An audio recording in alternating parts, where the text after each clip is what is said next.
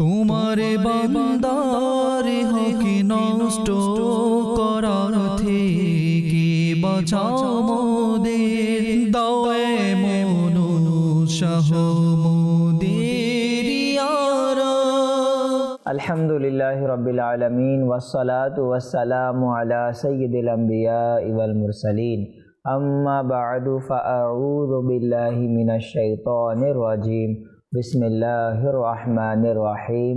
আসসালাতু ওয়াসসালামু আলাইকা ইয়া রাসূলুল্লাহ ওয়া আলা আলিকা ওয়া আসহাবিকা ইয়া হাবিবাল্লাহ। আসসালাতু ওয়াসসালামু আলাইকা ইয়া নবিয়াল্লাহ ওয়া আলা আলিকা ওয়া আসহাবিকা ইয়া নূরাল্লাহ।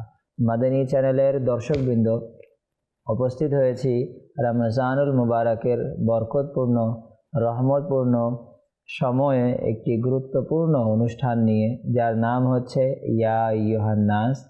দেশে প্রবাসে যারা যেখান থেকে আমাদের এই অনুষ্ঠান দেখছেন, আপনাদের সবাইকে জানাই আন্তরিক শুভেচ্ছা, স্বাগতম, খুশ আমদিদ।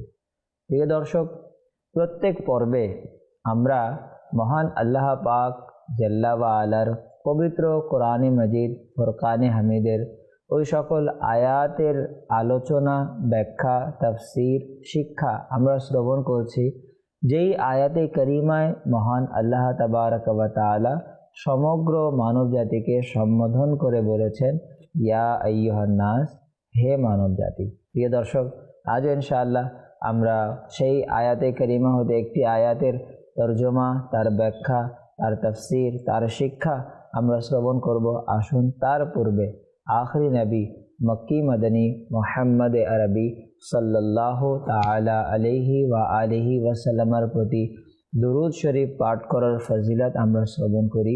প্রিয় নবী সাল্লাল্লাহু তাআলা আলাইহি ওয়া আলিহি ওয়াসাল্লাম ইরশাদ করেছেন, আসসালাতু আলাইয়া নূরুন আলাস সিরাত, আমার উপর দুরূদে পাক পাঠ করা পুল সিরাতের উপর নূর হবে। ওয়ামান সাল্লা আলাইয়া ইয়াউমাল জুমআতি 80 মাররা গুফিরা লাহু যুনুবু 80 আমা, যে ব্যক্তি জুমার দিন আমার প্রতি 80 বার দুরূদে পাক পাঠ করবে, মহান আল্লাহ তাআলা ওই বান্দার 80 বছরের গুনাহকে ক্ষমা করে দিবেন। সুবহানাল্লাহ, সুবহানাল্লাহি ওয়া বিহামদিহি, সুবহানাল্লাহিল আযীম। প্রিয় দর্শক, জুমার দিন দুরূদে পাক পাঠ করা এবং 80 বার দুরূদে পাক পাঠ করার ফজিলত সম্পর্কে প্রিয় নবী বলেন, তার 80 বছরের গুনাহকে ক্ষমা করে দেওয়া হবে। আসুন আমরাও নিয়ত করে নেই, প্রত্যেক জুমার দিন কমপক্ষে 80 বার নবী করিম সাল্লাল্লাহু আলাইহি ওয়াসাল্লামের প্রতি দুরূদে পাক পাঠ করব। সাল্লু আলাল হাবিব সাল্লাল্লাহু তাআলা আলা মুহাম্মদ সাল্লাল্লাহু আলাইহি ওয়াসাল্লাম। মাদানী চ্যানেলের দর্শকবৃন্দ, আল্লাহ তাবারক ওয়া তাআলা জাল্লা ওয়া আলা পবিত্র কোরআনে মজিদ ফুরকানে হামিদের সূরা হজ আয়াত নাম্বার 49 নং আয়াতে ইরশাদ করেন, বিসমিল্লাহির রহমানির রহিম, কুল ইয়া আইয়ুহান নাস ইন্নামা আনা লাকুম নাযীরুম মুবিন। আপনি বলে দিন, হে লোকেরা, আমি তো এ যে তোমাদের জন্য সুস্পষ্ট সতর্ককারী হই। প্রিয় দর্শক, এই আয়াতে কারিমা যদি আমরা লক্ষ্য করি, আল্লাহ তাবারক ওয়া তাআলা প্রিয় হাবিব, হাবিবেল হাবিব রাসূলুল্লাহ সাল্লাল্লাহু তাআলা আলাইহি ওয়াসাল্লামকে অসংখ্য গুণে গুণান্বিত করেছেন, অসংখ্য নাম দ্বারা পরিপূর্ণ করেছেন। প্রিয় নবী আলাইহিস সালাতু ওয়াস সালাম হালিমও রয়েছেন, করিমও রয়েছেন, রাহিমও রয়েছেন, রউফও রয়েছেন। প্রিয় নবী আলাইহিস সালাতু ওয়াস সালাম বশীরও রয়েছেন, অনুরূপভাবে নযীরও রয়েছেন। এই আয়াতে কারিমায় আখরি নবী সাল্লাল্লাহু আলাইহি ওয়াসাল্লামের একটি গুণবাচক নাম নযীর বলা হয়েছে, সতর্ককারী বলা হয়েছে। প্রিয় নবী সাল্লাল্লাহু তাআলা আলাইহি ওয়াসাল্লাম এর যে জাতি নাম তা হচ্ছে আহমদ ও মুহাম্মদ, কিন্তু কোনো জিনিসের, কোনো বস্তুর, কোনো ব্যক্তির নাম বেশি হওয়া, তার ফজিলত বেশি হওয়াতে দলিল স্বরূপ প্রিয় আকা সাল্লাল্লাহু আলাইহি ওয়াসাল্লামকে আল্লাহ তাবারক ওয়া তাআলা অসংখ্য নাম দ্বারা ধন্য করেছেন। তন্মধ্যে নজির ভয় দেখানো, নজির সতর্ককারী, এই নামটাও অন্যতম। প্রিয় দর্শক, আমাদের নবী সাল্লাল্লাহু তাআলা আলাইহি ওয়াসাল্লাম হিকমত সহকারে দ্বীনের দাওয়াত দিয়েছেন। আল্লাহ তাবারক ওয়া তাআলার নবী সাল্লাল্লাহু আলাইহি ওয়াসাল্লাম মাউইজাতুল হাসানা সহকারে লোকদেরকে দ্বীন ইসলামের দাওয়াত দিয়েছেন। কাজেই আমরা দেখি যে প্রিয় আকা সাল্লাল্লাহু আলাইহি ওয়াসাল্লাম নবুয়ত ঘোষণা করেছেন 40 বছর হয়ে যাওয়ার পর, কিন্তু 40 বছর হয়ে যাওয়ার পরে প্রিয় আকা আলাইহিস সালাতু ওয়াস সালাম 53 বছর মক্কাতুল মুকাররমায় ছিলেন। দ্বীনে ইসলামের দাওয়াত প্রচার হচ্ছিল, কিছু সময় লুকায়িতভাবে, অভ্যন্তরীণভাবে, আবার কিছু বছর প্রকাশ্যভাবে। কিন্তু মক্কাতুল মুকাররমায় সেরকম ঈমান আনয়নকারীর ব্যক্তির সংখ্যা ছিল না। যখন আখরি নবী সাল্লাল্লাহু আলাইহি ওয়াসাল্লাম মদিনাতুল মুনাওয়ারায় হিজরত করলেন, মদিনাতুল মুনাওয়ারায় হিজরত করার পর ব্যক্তি প্রিয় নবী আলাইহিস সালাতু ওয়াস সালামের দাওয়াতে দলে দলে দ্বীন ইসলামের ছায়াতলে চলে এসেছে। সুবহানাল্লাহ। প্রিয় নবীর মাউইজাতুল হাসানা ওয়াজ নসিহত শুনে হাজারো নয় লক্ষ লক্ষ অমুসলিমরা ইসলামের ছায়ায় চলে এসেছে, ইসলামের আলোয় আলোকিত হয়েছে। কেন হবে না? আল্লাহ তাবারক ওয়া তাআলা জাল্লা শানুহু আপন হাবিব সাল্লাল্লাহু আলাইহি ওয়াসাল্লামকে ইরশাদ করেন, আপনি আপন প্রতিপালকের পথের দিকে আহ্বান করুন পরিপক্ক কলা কৌশল ও সদুপদেশ দ্বারা। সুবহানাল্লাহ। আল্লাহ পাক জাল্লা ওয়ালা ইরশাদ করলেন যে আপনি পরিপক্ক কলা কৌশল ও সদুপদেশ দ্বারা আপন প্রতিপালকের পথের দিকে আহ্বান করুন। তো প্রিয় দর্শক, যেহেতু আল্লাহ করিম আপন হাবিবকে আহ্বান করার নির্দেশ দিয়েছেন, তার মানে নির্দেশ দেওয়ার আগে আল্লাহ পাক আপন হাবিব আলাইহিস সালাতু ওয়াস সালামকে হিকমত ও মাউইজাতুল হাসানার গুণে গুণান্বিত করেছেন। সুবহানাল্লাহ, সুবহানাল্লাহ। এই পরিপক্ক কলাকৌশল ও সদুপদেশ দ্বারা লোকদেরকে ইসলামের ছায়ায় নিয়ে আসেন প্রিয় নবী সাল্লাল্লাহু আলাইহি ওয়াসাল্লাম। যখন দেখলেন লোকজন গুনাহে জর্জরিত, লোকদের সম্মান হানি হচ্ছে, জায়গায় জায়গায় গীবত করা হচ্ছে, পরনিন্দা করা হচ্ছে, চগলখড়ি করা হচ্ছে, চারিদিকে গীবত চগলখড়ি ছড়িয়ে পড়েছে, তখন এই হিকমত অবলম্বন করেন যে প্রিয় নবী আলাইহিস সালাতু ওয়াস সালাম উম্মতে মুহাম্মাদীকে, প্রিয় নবী আলাইহিস সালাতু ওয়াস সালাম লোকদেরকে ভালো কাজে জান্নাতের সুসংবাদ প্রদান করেন এবং গুনাহের কাজে লিপ্ত ব্যক্তিদেরকে ভয় দেখিয়ে তাদেরকে জাহান্নামের আযাবের শাস্তির ব্যাপারে তাদেরকে সুসংবাদ শোনান, তাদেরকে ভয় দেখান। প্রিয় দর্শক, যারা নেক কাজ করত, ইসলামের ছায়াতলে এসে নেক কাজ করত, প্রিয় নবী সাল্লাল্লাহু আলাইহি ওয়াসাল্লাম তাদেরকে জান্নাতের সুসংবাদ দিতেন। অনুরূপ যারা গীবত করত, যারা চুগলখড়ি করত, তখন প্রিয় নবী আলাইহিস সালাতু ওয়াস সালাম তাদেরকে হিকমত সহকারে নেকির দাওয়াত দিতেন, তাদেরকে গুনাহ থেকে বাঁচার জন্য নেকির দাওয়াত দিতেন আর বলতেন লা ইয়াদখুলুল জান্নাতা কাত্তাতুন, গীবতকারী, পরনিন্দাকারী, চুগলখোর জান্নাতে প্রবেশ করবে না।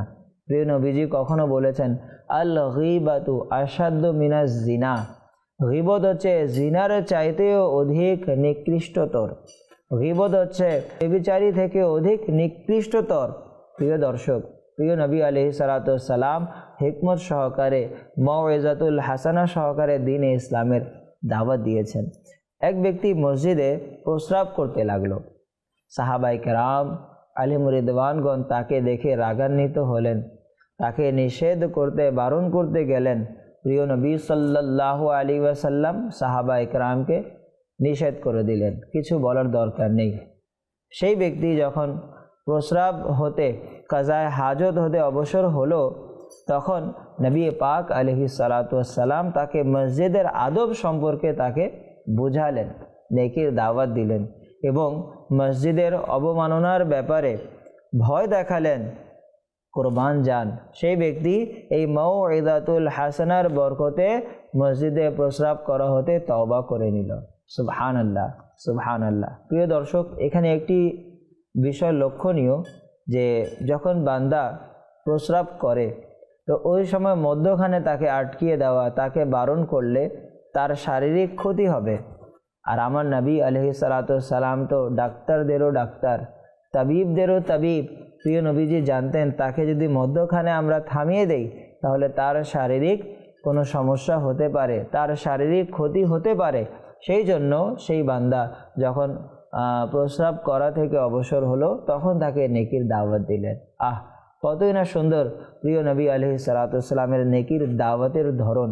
প্রিয় দর্শক মণ্ডলী, এক ব্যক্তি প্রিয় আকা উভয় জাহানের দাতা রাসূলুল্লাহ সাল্লাল্লাহু আলাইহি ওয়াসাল্লামের দরবারে আসলো। সে সময় সাহাবায়ে কেরাম আলিম রিদওয়ানগণ উপবিষ্ট ছিলেন, প্রিয় নবীজির বরকত নিচ্ছিলেন, প্রিয় নবীজির মনোমুগ্ধকর কথা শুনছিলেন, দ্বীন ইসলাম শরিয়ার হুকুম আহকাম শিখছিলেন। সেই ব্যক্তি এসে বলতে লাগলো, ইয়া রাসূলুল্লাহ সাল্লাল্লাহু আলাইহি ওয়াসাল্লাম, আমাকে জিনা করার অনুমতি প্রদান করুন। আল্লাহ, আমাকে জিনা করার অনুমতি প্রদান করুন। যখন সাহাবায়ে কেরাম আলিম রিদওয়ান তার এই কথাটি শুনলেন তখন তারা রাগান্বিত হয়ে গেলেন, সে ব্যক্তিকে মারধর করার জন্য প্রস্তুত হলেন যে এত বড় সাহস, আমাদের নবী সাল্লাল্লাহু আলাইহি ওয়াসাল্লামের কাছে জিনা করার অনুমতি চাচ্ছে। কোরবান যান প্রিয় নবীর মাউইযাতুল হাসানার প্রতি, পরিপক্ক কলা কৌশল ও সদুপদেশের প্রতি। আল্লাহু আকবার। প্রিয় আকা সাল্লাল্লাহু আলাইহি ওয়াসাল্লাম আপন সাহাবায়ে কেরামদেরকে শান্ত করলেন। শান্ত করার পরে সেই ব্যক্তিকে হিকমত ও মাউইযাতুল হাসানা দ্বারা বুঝালেন। তাকে বললেন, হে ভাই, কেউ তোমার মার সাথে জিনা করার ইচ্ছা করে, তোমাকে কি ভালো লাগবে? সে বলল না। আবার জিজ্ঞেস করলেন, কেউ তোমার বোনের সাথে জিনা করার ইচ্ছা পোষণ করলে তোমাকে কেমন লাগবে? সে বলে ভালো লাগবে না। আবার জিজ্ঞেস করলেন, কেউ যদি তোমার স্ত্রীর সাথে জিনা করার ইচ্ছা পোষণ করে তোমাকে কেমন লাগবে? সে বলল আমাকে ভালো লাগবে না। আল্লাহু আকবার। প্রিয় আকা সাল্লাল্লাহু আলাইহি ওয়াসাল্লাম ইরশাদ করলেন, তুমি যার সাথে জিনা করার ইচ্ছা পোষণ করছো সেও তো কারো বোন, সেও তো কারো মা, সেও তো কারো স্ত্রী। যেভাবে তুমি তোমার বোনের সাথে, তোমার মার সাথে, তোমার স্ত্রীর সাথে জিনা করাকে পছন্দ করছো না, অনুরূপ সেও তো পছন্দ করবে না। এই মাউইযাতুল হাসানার প্রভাব তার অন্তরে গিয়ে গেঁথে গেল। সে বুঝতে পারল যে আসলে আমি কোন গুনাহে লিপ্ত হচ্ছি। আল্লাহু আকবার। প্রিয় দর্শক মণ্ডলী, সে অনুতপ্ত হলো আর এই গুনাহ থেকে, জিনা করার গুনাহ থেকে তওবা করলো। সুবহানাল্লাহ, সুবহানাল্লাহ। রাসূলুল্লাহ সাল্লাল্লাহু আলাইহি ওয়াসাল্লাম তার সিনায় হাত রেখে দোয়া করলেন। আল্লাহু আকবার। দোয়া প্রিয় মুস্তাফার দোয়া, যা কখনো ফিরিয়ে দেওয়া হবেই না। আল্লাহু আকবার। প্রিয় আকা আলাইহিস সালাতু ওয়াস সালাম দোয়া কি করলেন? প্রিয় নবীজি দোয়া করলেন, হে আল্লাহ, তার সিনাকে গুনাহ থেকে পুত পবিত্র করে দাও ও তাকে ইবাদতের মিষ্টতা নসিব করো। সুবহানাল্লাহ। প্রিয় দর্শক, সে ব্যক্তি বলে, প্রিয় মুস্তাফার দোয়ার বরকতে আর কখনো আমার মাঝে, আমার অন্তরে জিনা করার খেয়ালই আসেনি এবং আল্লাহ তাআলা আমাকে ইবাদতের মিষ্টতা দ্বারা ধন্য করেছেন। সুবহানাল্লাহ, সুবহানাল্লাহ। আল্লাহু আকবার।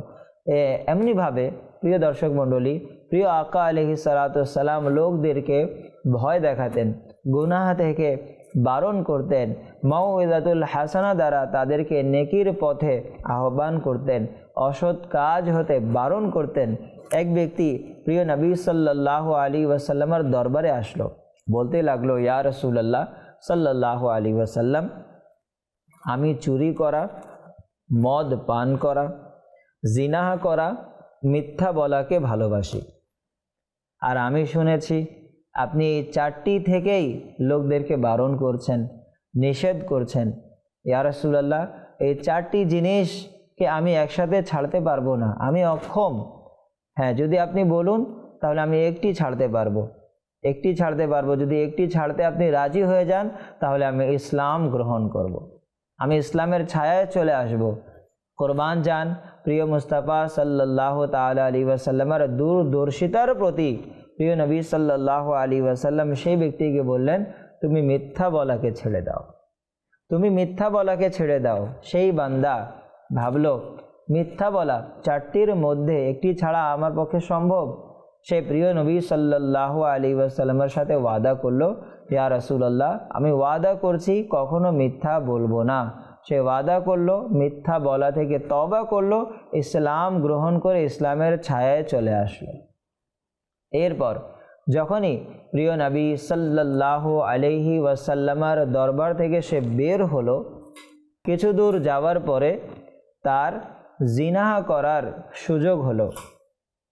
সে ভাবতে লাগলো যদি আমি জিনাহ করে নেই আর প্রিয় নবী সাল্লাল্লাহু আলাইহি ওয়াসাল্লাম আমাকে জিজ্ঞাসা করেন জিনাহ করেছো, যদি আমি মিথ্যা বলি তাহলে ওয়াদা ভঙ্গ হয়ে যাবে, আর যদি সত্য বলি তাহলে রাজম এর শাস্তি দেওয়া হবে, পাথর মেরে মেরে আমাকে হত্যা করে দেওয়া হবে। এখন কি করব? সে ভাবলো বাঁচার কোনো উপায় নেই, কি করব? জিনাহ করা থেকে সে বিরত রইল। সে জিনাহ করা থেকে বেঁচে গেল। আবার কিছু দূর যাওয়ার পর তার মদ পান করার সুযোগ হলো। সামনে মদ চলে আসলো। সে ভাবছে যদি আমি মদ পান করি, আর প্রিয় নবী সাল্লাল্লাহু আলাইহি ওয়াসাল্লামের দরবারে গিয়ে যখন তিনি জিজ্ঞাসা করেন মদ পান করেছো, তখন আমি যদি মিথ্যা বলি তাহলে ওয়াদা ভঙ্গ হয়ে যাবে, আর যদি সত্য বলি তাহলে মদ পান করার শাস্তি দেওয়া হবে। কি করব? সে মদ পান করা থেকে বিরত রইল। সে মদ পান করা থেকে তওবা করলো। আবার কিছু দূর যাওয়ার পর তার চুরি করার সুযোগ হলো। সে ভাবতে লাগলো যদি আমি চুরি করি, আর প্রিয় নবী সাল্লাল্লাহু আলাইহি ওয়াসাল্লামের দরবারে যখন উপস্থিত হব, নবী করিম আলাইহিস সালাতু ওয়াস সালাম যখন জিজ্ঞাসা করবেন চুরি করেছিলে, তখন আমি যদি মিথ্যা বলি তাহলে ওয়াদা ভঙ্গ হয়ে যাবে, আর যদি সত্য বলি তাহলে আমাকে চুরি করার শাস্তি প্রদান করা হবে, আমার হাত কেটে দেওয়া হবে। এখন হাতকে কিভাবে বাঁচাবো? সে বলল যে আমি চুরি করব না। সে চুরি করা থেকেও তওবা করলো। সুবহানাল্লাহ। এই মিথ্যা বলা থেকে বাঁচার বরকতে সে জিনাহ থেকে বাঁচলো, সে চুরি করা থেকে বাঁচলো, সে মদ পান করা থেকে বাঁচলো। সুবহানাল্লাহ। তার মানে জানা গেল মিথ্যা হচ্ছে সকল পাপের মূল। তো প্রিয় দর্শক মণ্ডলী, আমরা এই ঘটনা থেকে আমরা কি শিক্ষা পেলাম? যে মিথ্যা বলাকে ত্যাগ করতে হবে। মিথ্যা বলা হারাম, জাহান্নামে নিয়ে যাওয়ার মতো কাজ। যদি বান্দা মিথ্যা থেকে বেঁচে যায় তাহলে সে সকল গুনাহ থেকে বেঁচে যাবে। আপনি দেখুন না, আজকে আমরা একটি মিথ্যা কথা বলি, সেই মিথ্যা কথা বলাকে, সেই মিথ্যাকে বাঁচানোর জন্য পেছনে আরও আমাদেরকে শত মিথ্যা কথা বলতে হয়। আসুন না আমরা সত্য কথা বলি, সদা সর্বদা আমরা সত্য কথা বলি। বাহ্যিকভাবে সত্য কথা বলতে হতে পারে সে সময় আপনার ক্ষতি হবে, কিন্তু এই ক্ষতি আগামীতে আপনার বড় ক্ষতি হওয়া থেকে রক্ষা করবে। বান্দা যখন মিথ্যা বলে তখন তার পক্ষ হতে, তখন তার সঙ্গ হতে রহমতের ফেরেশতা দূরে সরে যায়। তখন আমাদের পেরেশানি আসে, তখন আমাদের ঘরে বরকত থাকে না। আমরা মিথ্যা বলতে বলতে বলতে বলতে আমাদের ঘর থেকে, আমাদের সঙ্গ থেকে রহমতের ফেরেশতাকে দূরে সরিয়ে দিয়েছি, যার কারণে বিভিন্ন পেরেশানিতে আমরা জর্জরিত। প্রিয় দর্শক, পেরেশানি থেকে মুক্তি হতে চান, ঘরে রহমত চান, বরকত চান, তাহলে সদা সর্বদা সত্য কথা বলুন। যখন আপনি সত্য বলবেন তখন আল্লাহ তাবারক ওয়া তাআলার কাছে আপনি সত্য হিসেবে গণ্য হবেন। আর এই সত্য বলা হচ্ছে নেকি, আর নেকির পথ হচ্ছে জান্নাত। আল্লাহ তাবারক ওয়া তাআলা আমরা যা শুনেছি এর উপর আমল করার তৌফিক দান করুক। আমিন। বিজয় খাতামিন নবিয়্যিন সাল্লাল্লাহু আলাইহি ওয়াসাল্লাম। প্রিয় দর্শক মণ্ডলী, আমাদের পর্বে সময় হয়েছে একটি সেগমেন্ট অন্তর্ভুক্ত করা, যার নাম হচ্ছে কাসাসুল কোরআন। সাল্লু আলাল হাবিব সাল্লাল্লাহু তাআলা আলা মুহাম্মদ সাল্লাল্লাহু আলাইহি ওয়াসাল্লাম। প্রিয় দর্শক মণ্ডলী, মাদানী চ্যানেলের দর্শকবৃন্দ, উপস্থিত হয়েছি কাসাসুল কোরআন সেগমেন্ট নিয়ে। এই সেগমেন্টে আমরা পবিত্র কালামুল্লাহ শরীফ হতে একটি ঘটনা আপনাদের সামনে উপস্থাপন করি, যে ঘটনায় আমাদের মাঝে রয়েছে অসংখ্য শিক্ষণীয় বিষয়। আজ আমরা যে ঘটনা নিয়ে উপস্থিত হয়েছি সেটি হচ্ছে একটি পাথরের ঘটনা। সেই পাথর কি? সেই পাথর হচ্ছে সেই পাথর যেই পাথরে আল্লাহ পাকের নবী ইব্রাহিম খলিলুল্লাহ আলা নবীনা ওয়া আলাইহিস সালাতু ওয়াস সালামের মুবারক পা লেগেছে এবং সারা দুনিয়ার জন্য সেই পাথর বরকত স্বরূপ তাবারুক হয়ে গিয়েছে। সুবহানাল্লাহ। সেই পাথর কি? সেই পাথরের নাম কি? সেই জায়গার নাম কি? সেই জায়গার নামকে বলা হয় মাকামে ইব্রাহিম। তো এই মাকামে ইব্রাহিম সেই পাথর কীরকম সে সম্পর্কে আজাইবুল কোরআনে বর্ণিত। এটি একটি পবিত্র পাথর যা সম্মানিত কাবার কয়েক গজ দূরে রাখা হয়েছে। এটি ওই পাথর যখন ইব্রাহিম আলাইহিস সালাতু ওয়াস সালাম পবিত্র কাবা নির্মাণ করছিলেন আর দেয়াল যখন মাথার উপর পৌঁছে গেল তখন এই পাথরের উপর দাঁড়িয়ে তিনি পবিত্র কাবার দেয়ালগুলোকে পরিপূর্ণ করেন। এটা তার মুজিজা ছিল। এই পাথরটি মোমের মতো নরম হয়ে গিয়েছিল এবং তার উভয় মুকদ্দাস পায়ের গভীর দাগ পড়ে গিয়েছিল। তার পায়ের মুবারক চিহ্নের বদৌলতে এই মুবারক পাথরের ফজিলত ও মহত্ব এমনভাবে বৃদ্ধি পেয়ে গেল যে আল্লাহ পাক তার পবিত্র কিতাব কোরআনুল করিমে দুটি স্থানে এর মহত্বের বর্ণনা প্রদান করেন। সুবহানাল্লাহ। এক স্থানে তো এভাবে ইরশাদ করেন, ফিহি আয়াতুম বাইয়িনাতুম মাকাম ইব্রাহিম, সেটার মধ্যে সুস্পষ্ট নিদর্শনাদি রয়েছে ইব্রাহিমের দাঁড়াবার স্থান। অর্থাৎ পবিত্র কাবায় আল্লাহ পাকের অনেক প্রকাশ্য নিদর্শনাবলী রয়েছে এবং এই নিদর্শনাবলীর মধ্যে একটি বড় নিদর্শন হলো মাকামে ইব্রাহিম।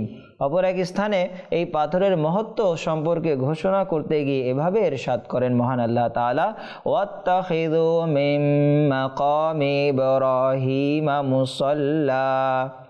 কনজুল ঈমান থেকে অনুবাদ, ইব্রাহিমের দাঁড়াবার স্থানকে নামাজের স্থান রূপে গ্রহণ করো। সুবহানাল্লাহ। প্রিয় দর্শক, 4000 বছরের দীর্ঘ যুগ ধরে এই বরকতময় পাথরের উপর হযরত ইব্রাহিম খলিলুল্লাহ আলাইহিস সালামের মুবারক পায়ের চিহ্ন বিদ্যমান। এই দীর্ঘ সময় ধরে এই পাথর খোলা আকাশের নিচে মাটিতে রাখা আছে। এভাবেই 4000 বছর অতিবাহিত হয়ে গেল। হাজারো ঝড় তুফান এতে আঘাত করলো। অনেকবার খানায় কাবায় পাহাড়ি নালা দিয়ে বৃষ্টির পানিতে বন্যা হলো এবং এই পবিত্র পাথর বন্যায় প্রবল স্রোতের ডুবেছিল। কোটি কোটি মানুষ এতে হাত বুলালো, কিন্তু তারপরও আজ পর্যন্ত মহান আল্লাহ পাক হযরত ইব্রাহিম খলিলুল্লাহ আলাইহিস সালাতু ওয়াস সালামের এই মহান পায়ের চিহ্ন সেই পাথরে অবশিষ্ট রাখলেন। নিঃসন্দেহে এটি ইব্রাহিম আলাইহিস সালাতু ওয়াস সালামের একটি মহান ও খুব সম্মানিত মুজিজা। আর নিঃসন্দেহে এই পাথর আল্লাহ পাকের আয়াতে বাইয়িনাত এবং প্রকাশ্য নিদর্শন সমূহ থেকে একটি নিদর্শন। সুবহানাল্লাহ। প্রিয় দর্শক মণ্ডলী, মুসলমানরা মাকামে ইব্রাহিমের মহত্ব ও শান দ্বারা এই শিক্ষা অর্জিত হয় যে যেই স্থানে আল্লাহ পাকের সম্মানিত ব্যক্তির কোনো নিদর্শন বিদ্যমান সেই স্থান আল্লাহ পাকের নিকট খুবই প্রিয়, মহত্বপূর্ণ, আর সেই স্থানে ইবাদত করা আল্লাহ পাকের নিকট খুবই উত্তম ও পছন্দনীয়।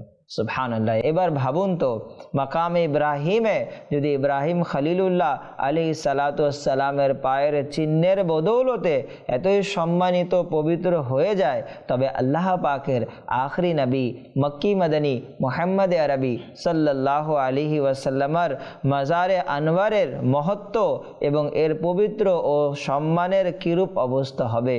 যে যেখানে প্রিয় নবী আলাইহিস সালাতু ওয়াস সালামের শুধু চিহ্ন নয় বরং হুজুর সাল্লাল্লাহু আলাইহি ওয়াসাল্লামের সম্পূর্ণ শরীর মুবারক বিদ্যমান এবং এই মাটির কণা কণা নূরে নবুয়তের তাজাল্লির আলোয় আলোকিত ও প্রজ্বলিত হয়ে আছে। সুবহানাল্লাহ। প্রিয় নবীর মদিনার অবস্থা কি হবে? প্রিয় নবী সাল্লাল্লাহু আলাইহি ওয়াসাল্লামের পরের মর্যাদা সম্পন্ন নবী ইব্রাহিম আলাইহিস সালাতু ওয়াস সালামের পায়ের ছাপা পড়েছিল সেই পাথরে। তো সেই পাথর এতই প্রিয় হয়ে গেল যে যারা যারা তাওয়াফ করছে তাদের উপরে 2 রাকাত নামাজ পড়া যাবে, তাদের উপরে 2 রাকাত নামাজ পড়া ওয়াজিব। মাকামে ইব্রাহিমে তাওয়াফ করার পর মাকামে ইব্রাহিমের পাশে, মাকামে ইব্রাহিমের কাছে নামাজ আদায় করার হুকুম দিয়েছেন মহান আল্লাহ পাক জাল্লা ওয়ালা। তো যেই পাথরে আল্লাহ পাকের নবী ইব্রাহিম আলাইহিসসালামের পায়ের ছাপ মুবারক লাগার কারণে এতই মহিমান্বিত হয়, তাহলে ওই জায়গার অনুমান করুন সেই জায়গার রহমত বরকত, সেই জায়গার পদমর্যাদা কতই বেশি হবে, যে জায়গায় সকল নবীদের সরদার সৈয়দুল আম্বিয়া হাবিবে কিবরিয়া সাল্লাল্লাহু আলাইহি ওয়াসাল্লাম আপন নুরানি আপদ মস্তক নিয়ে শায়িত আছেন। সুবহানাল্লাহ। প্রিয় নবীর মদিনার অবস্থা কি হবে? আল্লাহ করিম জাল্লা ওয়ালা আমাদেরকে বুঝার তৌফিক দান করুক। যারা যারা হজে যাচ্ছেন বা যাবেন, উমরা করছেন বা করবেন, কখনো যাতে মদিনা মাইনাস না হয়ে যায়। হজ করবেন, উমরা করবেন, খানায় কাবা দেখবেন, খানায় কাবা দেখার পরে প্রিয় নবী আলাইহিসসালামের দরবারে, প্রিয় নবী আলাইহিসসালামের মদিনায় অবশ্যই অবশ্যই হাজরি দিবেন, উপস্থিত হবেন। কেননা আল্লাহ পাকের নবী আলাইহিসসালাম ইরশাদ করেছেন, যেই আমার রওজার জিয়ারত করলো তার শাফাত আমার উপর ওয়াজিব হয়ে গেল। সুবহানাল্লাহ। আর এই খানায় কাবা যার এত মহিমান্বিত মর্যাদা কার মাধ্যমে পেয়েছে? নবী মুহাম্মদ মুস্তাফা সাল্লাল্লাহু আলাইহি ওয়াসাল্লামের মাধ্যমেই তো এই খানায় কাবার মহত্ব মর্যাদা বৃদ্ধি পেয়েছে। কে জানতো এই খানায় কাবার ব্যাপারে? কে বুঝিয়েছে? কে দেখিয়েছে?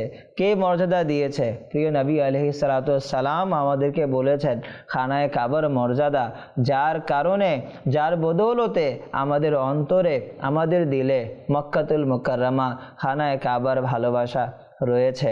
আল্লাহু আকবার। তো জানা গেল খানায় কাবা যদি প্রিয় নবীজি না চিনাইতেন তাহলে আমরা চিনতে পারতাম না। তো হুজুর আলাইহিসসালাম হচ্ছেন কিরকম?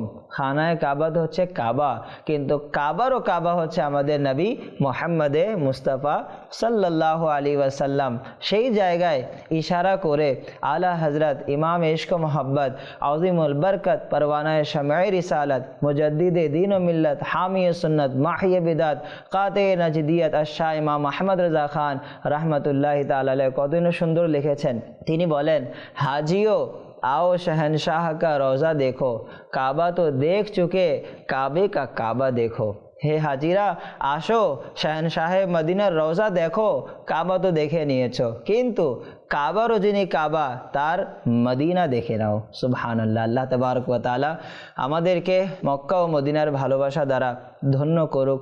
মদিনী চ্যানেল দেখতে থাকুন। সাল্লু আলাল হাবিব সাল্লাল্লাহু তাআলা আলা মুহাম্মদ সাল্লাল্লাহু আলাইহি ওয়াসাল্লাম। তোমারে বান্দার হকি নষ্ট করার থেকে বাঁচাও মোদের।